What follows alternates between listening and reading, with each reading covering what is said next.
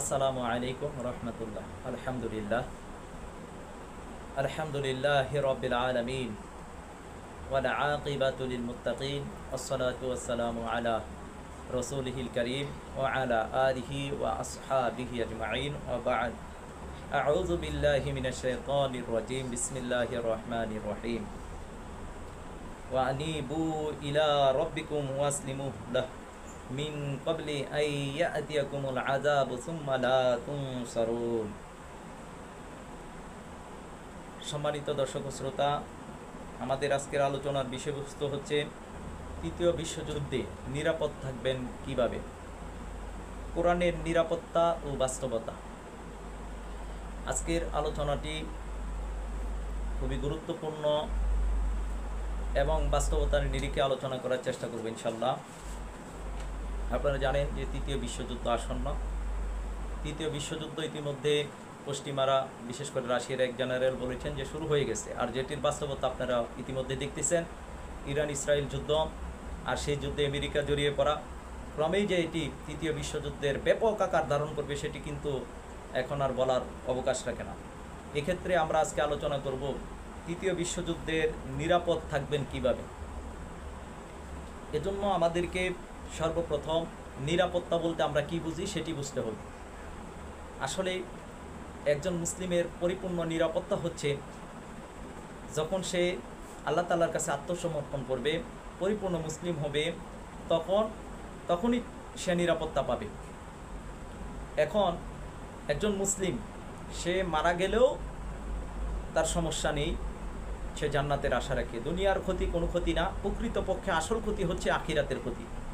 এজন্য আল্লাহ তাআলা পবিত্র কুরআনুল কারীমের সূরা আসরে আপনারা জানেন, আল্লাহ তাআলা বলছেন ওয়াল আসর ইন্নাল ইনসানা লাফি খুসর ইল্লাল্লাযীনা আমানু ওয়া আমিলুস সালিহাতি ওয়া তাওয়াসাউ বিল হক ওয়া তাওয়াসাউ বিস সবর। আল্লাহ বলেন সময়ের বা যুগের শপথ বা সাক্ষী, নিশ্চয়ই সমস্ত মানুষ ক্ষতির মধ্যে আছে, কিন্তু তারা ব্যতীত যারা ঈমান আনয়ন করে এবং আমলে সালেহা করে, পরস্পরকে সত্য কথা বলে এবং ধৈর্যের কথা বলে, তাহলে ক্ষতিগ্রস্ত পৃথিবীর সকল মানুষ, কিন্তু ঈমানদার যারা তারা ক্ষতিগ্রস্ত না। আমলে সালেহা যারা করে ঈমান আনার পরে তারাও ক্ষতিগ্রস্ত না। এজন্য ঈমান হচ্ছে সবচেয়ে গুরুত্বপূর্ণ বিষয়। তো যখন আপনি পরিপূর্ণ ঈমানদার হয়ে যাবেন, তখন তৃতীয় বিশ্বযুদ্ধ হোক আর যাই হোক না কেন, যখন পরিপূর্ণ আত্মসমর্পণ করলেন, তো আপনি মারা গেলেও তো চিন্তা নেই, আপনি মারা গেলেও তো শাহাদতের মর্যাদা পাবেন। এই কারণে সর্বপ্রথম আমরা নিরাপত্তা বলতে বুঝবো ঈমানের নিরাপত্তা। এরপরে আরেকটা নিরাপত্তা আসে জানের নিরাপত্তা, এরপরে হচ্ছে মালের নিরাপত্তা। তা আপনি সর্বপ্রথম ঈমানের নিরাপত্তা পাবেন যদি আপনি পরিপূর্ণ মুসলিম হতে পারেন, প্রকৃত মুসলিম হতে পারেন। এরপরে জান আর মালের নিরাপত্তা পাবেন কিভাবে? আপনি যখন গজওয়াতুল হিন্দের আমির ইমাম মাহমুদ হাবিবুল্লাহর কাছে আনুগত্যের শপথ নেবেন, বায়াত নেবেন, তখন প্রথমত আপনি পাবেন ঈমানের নিরাপত্তা, দ্বিতীয়ত পাবেন জান এবং মালের নিরাপত্তা। আজকে দেখেন বায়াত, ইমাম মাহমুদ হাবিবুল্লাহর কাছে আনুগত্যের বায়াত নিতে হবে। এটা কিসের বায়াত? এটি দ্বীন কায়েমের বায়াত, এটি গজওয়াতুল হিন্দের বায়াত, এটি আমিরের বায়াত। তাইলে আল্লাহ রাসূল সাল্লাল্লাহু আলাইহি সাল্লামই ইমাম মাহমুদ হাবিবুল্লাহর কাছে বায়াত হওয়ার জন্য নির্দেশ দিয়েছেন। যেমন আল্লাহ রাসূল বলছেন ফাইন তাজিদু আমিরাম মিনহুম ফাতুবাইহু বিসসামঈ ওয়াত তাআতি। তোমরা যদি সেই আমিরকে পেয়ে যাও, তার কাছে বায়াত হও, তার কথা শুনো, তার আনুগত্য করো। এটা রাসূল সাল্লাল্লাহু আলাইহি সাল্লামের নির্দেশ। আজিফাতুল আজিফা গ্রন্থের 64 নম্বর হাদিস, 74 নম্বর হাদিস, এই দুইটা হাদিস যদি দেখেন তাহলে আমার কথা সত্যতা পেয়ে যাবেন। তাহলে ইমাম মাহমুদ হাবিবুল্লাহর কাছে আপনি বায়াত হবেন। অনেকে দেখবেন ভুলের মধ্যে রয়েছে, বায়াত শব্দটা শুনলেই তারা ভয় পেয়ে যায়। অনেকের মধ্যে বায়াত শব্দটার মধ্যেই চুলকানি রয়েছে, আবার কারো মধ্যে এই বায়াতের ভুল ধারণাও রয়েছে। যেমন কেউ বলে যে আমি তো একবার পীরের কাছে বায়াত হয়েছি, আমি তো অমুক শায়েখের কাছে বায়াত হয়েছি, আমি কি আর বায়াত হবো কিনা, আমার কি বায়াত হওয়া লাগবে কিনা? অবশ্যই হওয়া লাগবে। যখন আমির আসছেন, এই আমিরের কাছে বায়াত নেওয়া প্রত্যেকটা মুসলমানের জন্য বর্তমানে ওয়াজিব। আপনার পীরের উপরও সেটি ওয়াজিব হয়ে গেছে, যেহেতু এই আমির তো আল্লাহ এবং আল্লাহর রাসূল কর্তৃক মনোনীত। এই কারণে ইমাম মাহদি যখন পৃথিবীতে আসবে, তার কাছে বায়াত নেওয়ার জন্য আল্লাহ রাসূল বলছেন বরফের উপর হামাগুড়ি দিয়ে হলেও তার কাছে বায়াত নাও। তাহলে ইমাম মাহমুদ হাবিবুল্লাহর কাছে বায়াত নিতে হবে প্রত্যেকেরই। সেটা কিসের বায়াত? আমি প্রথমে বললাম দিন কায়েমের বায়াত, আমি প্রথমে বললাম আমিরের বায়াত, আমি বললাম গজওয়াতুল হিন্দের বায়াত। তাহলে আপনার এই বায়াত শব্দটা পবিত্র কুরআনুল কারীমের মধ্যে আপনারা পাবেন 26 পারার মধ্যে সূরা ফাতাহ রয়েছে 10 নম্বর এবং 18 নম্বর আয়াতে আল্লাহ তাআলা বলছেন ইন্নাল্লাযীনা ইউবাইউনাকা ইন্নামা ইউবাইউনাল্লাহ, যে ব্যক্তি আল্লাহ রাসূলের কাছে বায়াত হলো তারা যেন সরাসরি আল্লাহর কাছেই বায়াত হলো। তো এখানে যে বায়াত, এই বায়াতের এই আয়াত দিয়া বর্তমান পীরেরা পীরালি করে, অথচ এই বায়াতটা ছিল জিহাদের বায়াত। আপনারা সেটা শানে নুজুল খুলে দেখবেন যে উসমান রাদিয়াল্লাহু তাআলা আনহু যখন মক্কাতে গেলেন, হুদাইবিয়ার সন্ধি যখন হলো, হুদাইবিয়ার সন্ধির সময় আপনার উসমান রাদিয়াল্লাহু তাআলা আনহু যখন মক্কাতে গেলেন, সেই প্রেক্ষাপটে উসমান রাদিয়াল্লাহু তাআলা আনহুকে তারা গ্রেফতার করেছিল, আটক করেছিল এবং গুজব রটিয়েছিল মুনাফিকরা যে উসমান রাদিয়াল্লাহু তাআলা আনহু শহীদ হয়ে গেছে, তাকে হত্যা করা হয়েছে। তখন আল্লাহ রাসূল সাল্লাল্লাহু আলাইহি সাল্লাম উসমান হত্যার প্রতিশোধ নেওয়ার জন্য 1400 সাহাবীর কাছ থেকে বায়াত নিয়েছেন, যেটিকে বায়াতের রিদওয়ান বলা হয়। সেই বায়াতের আয়াত, এটা জিহাদের বায়াত, আর সেই আয়াত নিয়ে বর্তমান পীরেরা পীরালি করে, অথচ তাদের কাছে জিহাদ নাই, তাদের কাছে দিন কায়েমের কোনো কথাই নাই, দিন কায়েমের কোনো শব্দই তাদের কাছে পাবেন না, জিহাদের কোনো কথাই তারা বলে না, গজওয়াতুল হিন্দের ব্যাপারে তার খবরই নাই, অথচ তারা এই আয়াতগুলো চুরি করে তারা এইগুলো করতেছে। যদি নাই হতো তাহলে তারা অবশ্যই জিহাদের কথা বলতো, কিন্তু তারা জিহাদের কথা বলে না, তারা দিন কায়েমের কথা বলে না, তারা গজওয়াতুল হিন্দের কথা বলে না। এই কারণে আমি এই শব্দটা বলতে বাধ্য হলাম যে তারা চুরি করেছে। তো এই আয়াত হচ্ছে প্রকৃতপক্ষে দিন কায়েমের জিহাদের বায়াত। ইমাম মাহমুদ হাবিবুল্লাহর কাছে বায়াত হবেন দিন কায়েমের, জিহাদের এবং গজওয়াতুল হিন্দের এবং আমিরের বায়াত। আল্লাহ রাসূল সাল্লাল্লাহু আলাইহি সাল্লাম তার কাছে বায়াত হওয়ার জন্য বলেছেন। এখন অনেকে প্রশ্ন করে যে আমি তো একবার বায়াত হয়েছি জীবনে, আমি কি আর বায়াত হবো? তারা কত অজ্ঞ, তারা ইসলাম সম্পর্কে কত অজ্ঞ, যার কারণে এই কথাটা বলে। কারণ অথচ আপনারা জানেন আল্লাহ রাসূল সাল্লাল্লাহু আলাইহি সাল্লামের কাছে সাহাবায়ে কেরাম বায়াত হয়েছেন। আল্লাহ রাসূল সাল্লাল্লাহু আলাইহি সাল্লামের ইন্তেকালের পরে আল্লাহ রাসূল সাল্লাল্লাহু আলাইহি সাল্লামের জানাজা দাফন কাফন দিতে দেরি হলো কেন? 3 দিন পর্যন্ত লেট কেন হলো? কারণ মুসলমানদের আমির, মুসলমানদের খলিফা নির্ধারণ ওয়াজিব, গুরুত্বপূর্ণ ওয়াজিব। এই কারণে আল্লাহ রাসূল সাল্লাল্লাহু আলাইহি সাল্লামের পরে কে খলিফা হবে সেটি নির্ধারণের জন্য দেরি হয়েছে। এটা ছিল প্রধান কারণ। এছাড়া আরও অন্যান্য কারণ ছিল, অনেক দূর থেকে সাহাবীরা আসতো, কিন্তু ওইটা মূল বিষয় ছিল না। মূল বিষয় ছিল আল্লাহ রাসূল সাল্লাল্লাহু আলাইহি সাল্লামের পরে খলিফা কে হবে, মুসলমানদের খলিফা কাকে নির্ধারণ করা লাগবে। কারণ খলিফা থাকা এটা খুবই গুরুত্বপূর্ণ, আমাদের একজন খলিফা থাকা। অথচ মুসলমানরা ভুলে গেছে, জানাজা দিতে বেশি সময় লাগে না, 30 মিনিট, বড় জোর 40 মিনিট হলে জানাজা দাফন কাফন সব কিছু কমপ্লিট হয়ে যায়। অথচ 3 দিন আল্লাহ রাসূল সাল্লাল্লাহু আলাইহি সাল্লামের দেহ মুবারককে জমিনের উপরে রাখা হয়েছে। কেন? কারণ মুসলমানদের মধ্যে যাতে অনৈক্য না হয়, ফাটল যাতে তৈরি না হয়ে যায়, মুসলমানরা যাতে বিচ্ছিন্ন না হয়ে যায়, মুসলিম উম্মাহকে জামাতবদ্ধ রাখা এটা আরও বড় ফরজ, মুসলমানরা ঐক্যবদ্ধ থাকা এটা আরও বড় ফরজ। এই কারণে মুহাম্মদ সাল্লাল্লাহু আলাইহি সাল্লামের লাশকে জমিনের উপর রেখে সর্বপ্রথম খলিফাকে নির্বাচন করা হয়েছে। এই কারণে সাহাবাই কেরাম আবু বকর সিদ্দিক রাদিয়াল্লাহু তাআলা আনহুর কাছে খেলাফতের বায়াত হয়েছেন। অথচ কোনো সাহাবী বলে নাই যে আমরা তো রাসূল সাল্লাল্লাহু আলাইহি সাল্লামের কাছে একবার বায়াত হয়েছি। অথচ আজকের এই জামানায় এই মূর্খতার কারণে, অজ্ঞতা বা জাহালাতের কারণে অনেককে বলতে শোনা যায় আমি তো একবার বায়াত হয়েছি, আমি আর বায়াত হব কি? অথচ আজকে মুসলমানদের কোনো খলিফা নাই, মুসলিমদের আজকে খেলাফত নাই। এই খেলাফতকে ফিরিয়ে আনার জন্য আজকে চেষ্টা করতে হবে। এই খেলাফতকে আনার জন্য ইমাম মাহমুদ হাবিবুল্লাহ চেষ্টা করতেছেন। একটা মাত্র খেলাফত ব্যবস্থা, একটা খলিফাকে প্রতিষ্ঠা করার জন্য আজকে কত মুসলমান রক্ত দিচ্ছে, রক্ত জড়াচ্ছে। অথচ আজকে আমরা ঘরে ঘরে খলিফা দেখি, এক ঘরে 5টা খলিফা, খলিফায় ধাক্কা খা। অথচ প্রকৃত মুসলমানদের খলিফা নাই। আজকের মুজাহিদের অভাব নাই, জায়গায় জায়গায় মুজাহিদ কমিটি আছে, অথচ প্রকৃত মুজাহিদ নাই। প্রকৃত মুজাহিদ শব্দটা শুনলেই তাগুদের গায়ে আগুন লেগে যায়। তারা কিসের মুজাহিদ? তারা প্রকৃতপক্ষে মুজাহিদ না। এগুলো ধোঁকা, এগুলো জাতিকে ধোঁকা দেওয়া হচ্ছে, মুসলিম উম্মাহকে ধোঁকা দেওয়া হচ্ছে। এজন্য ইমানের নিরাপত্তার দরকার। তৃতীয় বিশ্বযুদ্ধে আপনি কিভাবে নিরাপত্তা পাবেন, নিরাপদ থাকবেন, এই কথাগুলো আপনার জানা প্রয়োজন। এজন্য সর্বপ্রথম খলিফার কাছে মুসলিম উম্মার বায়াত হতে হবে। বর্তমানে খলিফা নাই, ইমাম মাহদী হবে মুসলমানদের খলিফা। আর খেলাফতের পূর্বে ইমাম মাহমুদ এসেছেন ইমারার প্রতিষ্ঠা করার জন্য।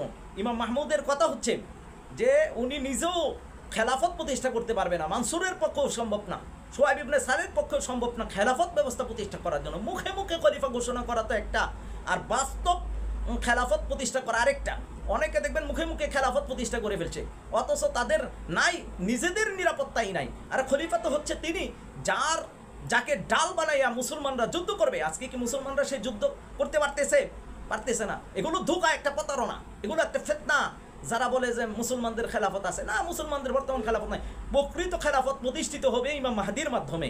এর আগে ইসলামী ইমারাত প্রতিষ্ঠিত হবে ইমাম মাহমুদের মাধ্যমে, সোহাইব ইবনে সালের মাধ্যমে, ইমাম মানসুরের নেতৃত্বে।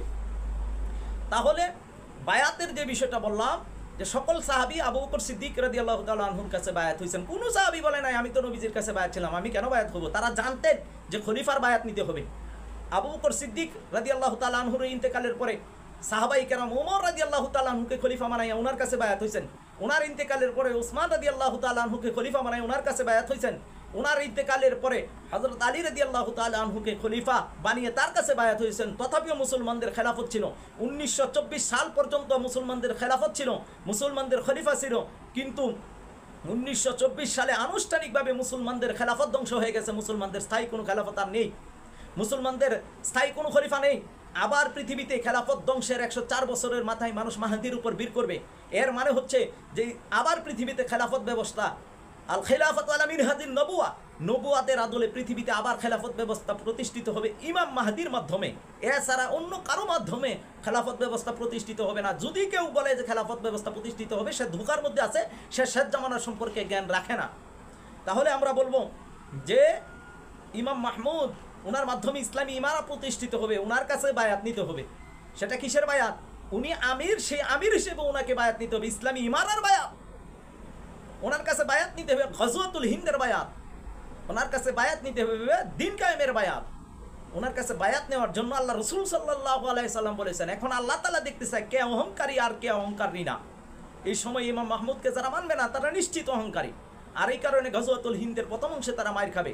সে মুফতি হতে পারে, মুহাদ্দিস হতে পারে, মুফাসসির হতে পারে, বড় ফকি হতে পারে, মসজিদের ইমাম হতে পারে। বাইতুল মুকাররম মসজিদের ইমামও যদি সে হয়, সে যদি ইমাম মাহমুদ হাবিবুল্লাহর নেতৃত্ব না মানে, নিজেকে যোগ্য মনে করে, তাহলে আমি বলে দিলাম আপনাদের জীবিত অবস্থায় দেখবেন যে তারা বহিঃশত্রুর দ্বারা আক্রান্ত হবে, তারা লাঞ্ছিত হবে, অপদস্থ হবে, অপমানিত হবে।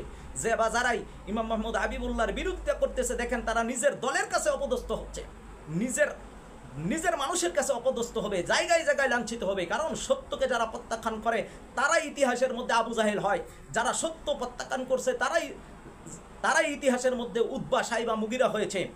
যারা সত্য প্রত্যাখ্যান করেছে তারা নমরুদ হয়েছে, তারা ফেরাউন হয়েছে। যারা সত্য প্রত্যাখ্যান করেছে যুগে যুগে, তাদের ইতিহাসটাও রয়েছে যে তারা সত্য প্রত্যাখ্যানকারী। আর যারা সত্য গ্রহণ করেছে সে দুর্বল হতে পারে, ইতিহাসে সে আবু বকর সিদ্দিক হিসেবে পরিচিত, সে অসহায় হতে পারে, সে কৃতদাস হতে পারে।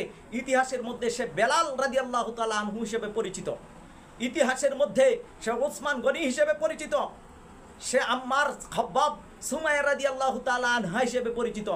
তারা অর্থ তাদের না থাকতে পারে, বংশের কোনো শক্তি না থাকতে পারে, চেহারার কোনো সৌন্দর্য না থাকতে পারে, কিন্তু ইমানি দৌলত, সত্যকে গ্রহণ করার দ্বারা তারা সম্মানিত। ঠিক তেমনইভাবে ইমাম মাহমুদ হাবিবুল্লাহকে এই জামানাতে যারা মেনে নিবে তারাই সম্মানিত হবে ইনশাআল্লাহু তাআলা।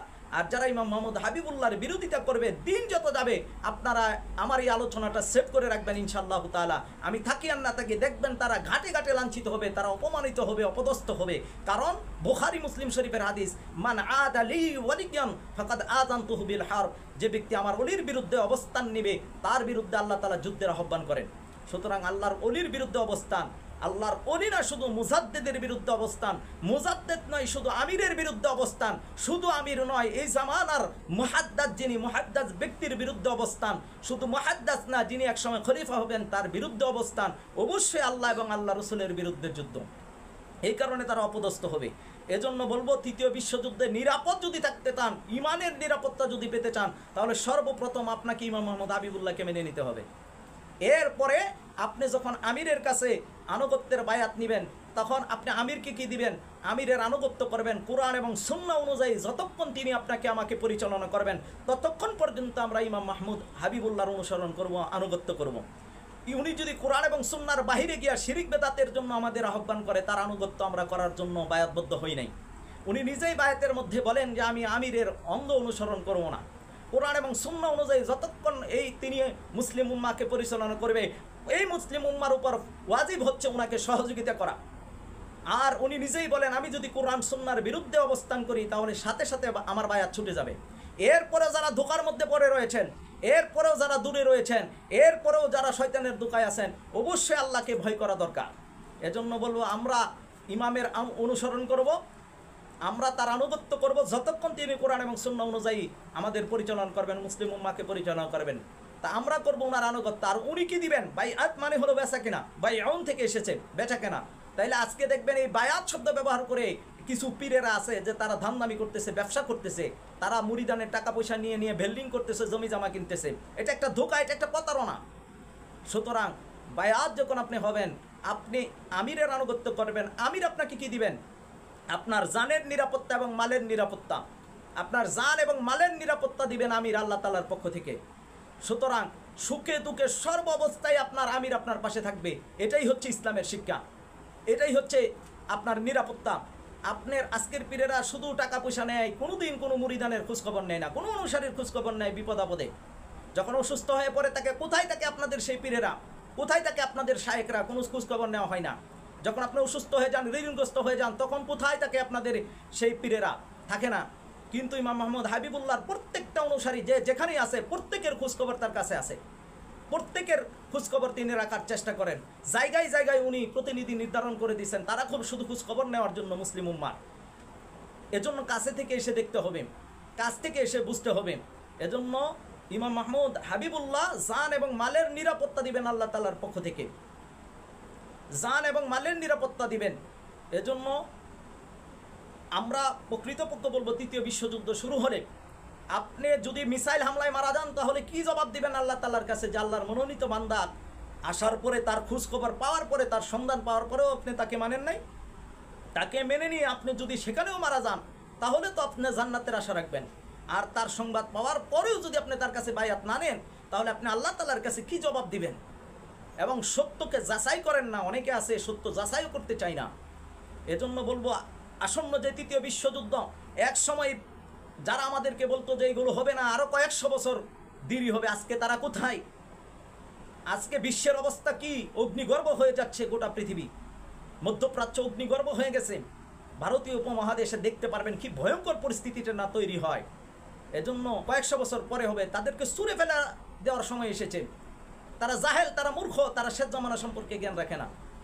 এজন্য বলবো যে আমাদেরকে সচেতন হতে হবে, আমাদেরকে প্রকৃত দায়ী কারা তাদেরকে চিনতে হবে, উম্মার প্রকৃত দরদি কারা তাদেরকে চিনতে হবে। আসন্ন বিপদের ব্যাপারে যারা গাফেল, তারা তাদের অনুসারীদেরকেও গাফেল করে রাখছে। আসন্ন এই বিপদ, জাতিগত কিয়ামত, গাজওয়াতুল হিন্দ, তৃতীয় বিশ্বযুদ্ধ, কত ভয়ঙ্কর অবস্থা হবে।